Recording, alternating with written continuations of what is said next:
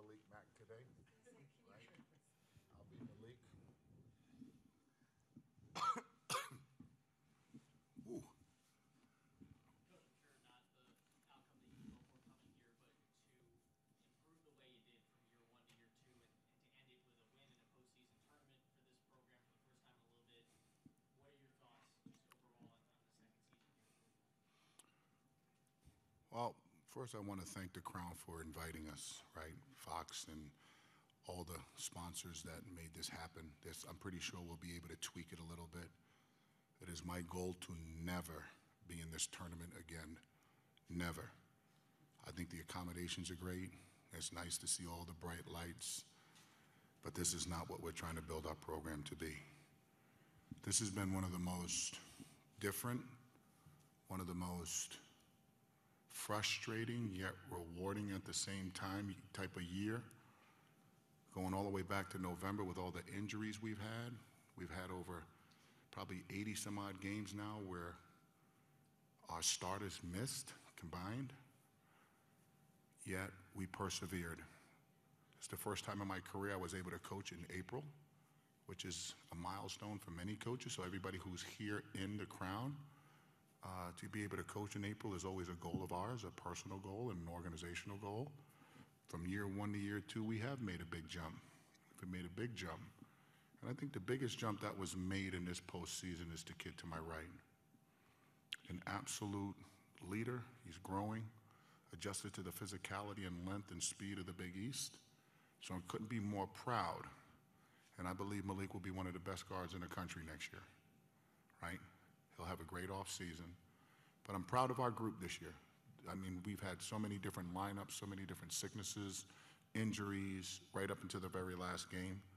And for our guys to go out and compete the way they did and give us a chance, I'm very proud of the group. I'm a little pissed off because we lost, but I'm very proud of how our young men represented Georgetown, played hard, played together, and had a purpose.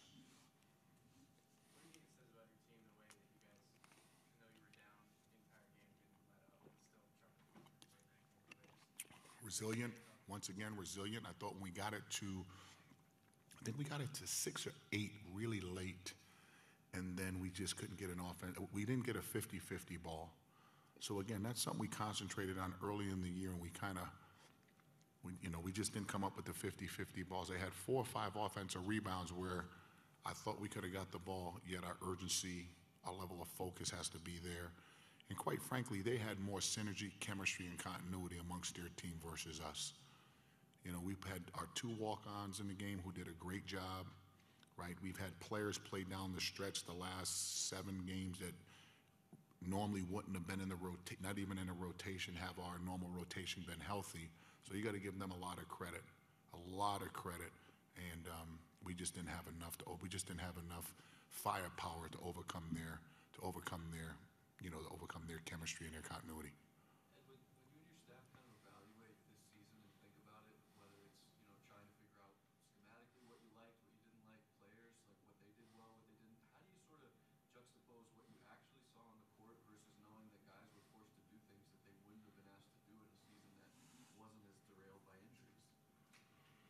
I think you can answer that in a lot of ways, because I always try to tell our men, and I tell everybody, like, you got to be prepared for the unknown. And again, the ones who afford the greatest opportunity is one who can play multiple positions, know how, be tough, be a great teammate, right? If you're just pigeonholed as a single player, you're going to limit yourself. So again, I don't care if I'm a walk-on or the best player, I'm going to be prepared for the unknown as much as I can. And that's the one thing I'm going to talk to our players about. But in order to play for Georgetown, it always starts with appreciation, gratitude, toughness. Those 3 have to be a staple to the culture of the organization. If you don't have those 3, it's going to be hard to last in our program. Malik, Coach Cooley kind of talked a little bit about how it took you some time to adjust to the Big East and just the physicality and everything. I guess to end the season the way that you have, I know team-wise you would like to keep going, but personally with the performances you had, how are you feeling right now and sort of immediate reactions to what year 1 was like for you at Georgetown? It was just an adjustment period, just coming home and dealing with everything outside of basketball, and then on the court, the physicality and things of that nature. Just playing at a speed that probably was a little too fast for my liking.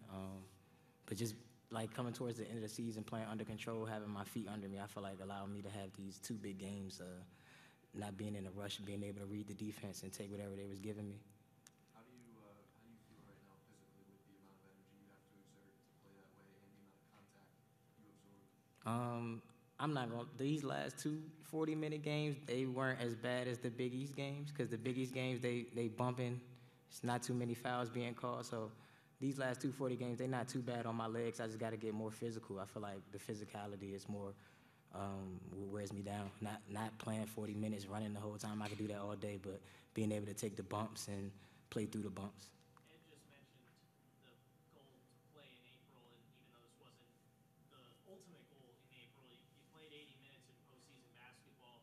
What do you think? How does this motivate you to maybe take the next step next year and make the tournament?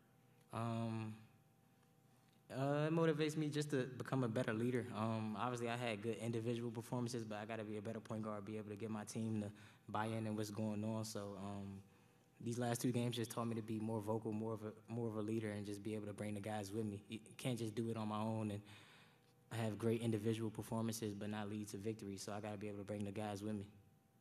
Coach, kind of building off that, what does that kind of say about Malik and just willing to go out there and play back-to-back 40-minute games and do what he needs to do for his team? You know, I mean, I remember listening to Coach Sampson, and I'm so proud of him, you know, in the Final Four at Houston. 3 people can't have a bad day. 3 people cannot have a bad day. Your point guard, the best player, and the coach. Every day. You all have to be aligned and on the same page. If all of you are not aligned in that, you're going to have a tough time. Why am I saying that? I believe Malik and I are aligned, right? I believe when Thomas was healthy, when Michael was healthy, we were aligned and we were a different program. We were a different team, right? We'll see if Thomas comes back. I think he has an opportunity to be a high draft pick, of which I think he's earned. And it's our goal to try to keep the best players. Like in this portal world that we're in, the number one thing you have to do is retain your best players, right? So again, we no longer build programs. Now you're building teams year to year. And I don't know if that'll be sustainable to college athletics, you know, but the other thing we didn't talk about is Nebraska. Their player, is it Williams? Was one of the most cool, calm, collected players we've played against this year. He plays with a pros mentality. He's one of the better scorers we've played against this year. And I think there's some high-level scorers in our league. He does it with a lot of ease. He does it with length. He does it with ball handling and shooting. He was one of the better players we've had to prepare for in a short period of time. And again, I appreciate this tournament. I'm pretty sure we'll be very open and honest about some of the adjustments that have to be made, because all of us had to keep our guys for 2.5 weeks, moving them, right, end of the season. You're dealing with the portal. Hopefully that, you know, the committee will really think about that and try to help make some adjustments to that. But overall, we're grateful. It's a great tournament. We're still playing. The officiating's outstanding, right? The television coverage is outstanding. And, you know, now we got to go home and reevaluate our program and look forward to the 26, 27 season? I don't even know. I don't know. I mean, I'm getting old. I'm 130 years old. I don't know. What is sort of this time period like for you with playing games in April and having to manage the transfer portal and recruiting? Like how have you, I guess, kind of your second year going through this, how have you evaluated this sort of time period? I'm grateful to have a great staff, right? I'm grateful that we've had a lot of continuity and chemistry amongst the staff.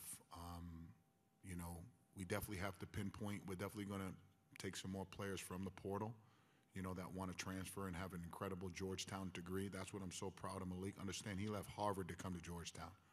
That takes a lot of courage. It takes a lot of courage to do that. And Georgetown offers these young men. Everybody looks at the NIL world as far as finances. You got to look at the G. That's the bag. Money's fleeting, and it's short. But that G on your degree will help you become one of the wealthiest people in the world if you use it the right way. So that's the great thing I have to offer people that fit our culture. So, I think we're making, everybody thinks, well, how come we didn't get to the tournament? How come we didn't get to the tournament? It's a process.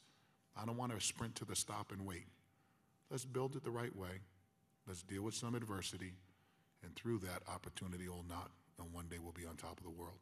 When you evaluate talent for next year, Toughness. how do you Toughness. how do you decide Toughness. if they're aligned with you? Toughness. Toughness travels. Toughness is culture. It's not just physical, emotional, mental. Toughness.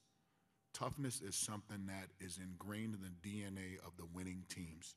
If you look at all the teams in the Final Four right now, a common denominator, obviously talent, a little bit of luck, but they're probably the 4 toughest teams remaining in college basketball. So, Are you done with that one, or do you want to keep going? toughness. I was in New York at the Big East tournament, and I heard what you had to say about if Thomas comes back, what he could be. Absolutely.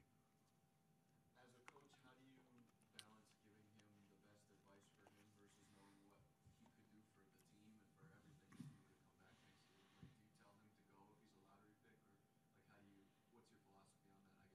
My philosophy is when a young man has a chance to reach his dreams, in your profession, if you could have gone right from college to do what you're doing right now and they were going to pay you millions of dollars, you'd have been asking these questions years ago.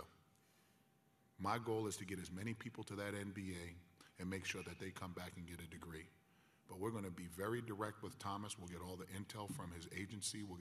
I'll give him my personal opinion quietly, but we're going to do exactly what Thomas wants to do and what's best for his life. Never going to hold a kid back from that dream. Ever going to hold a kid back from that dream. It's our goal to have more Thomases. If we're fortunate to get him back, we won't be in this tournament.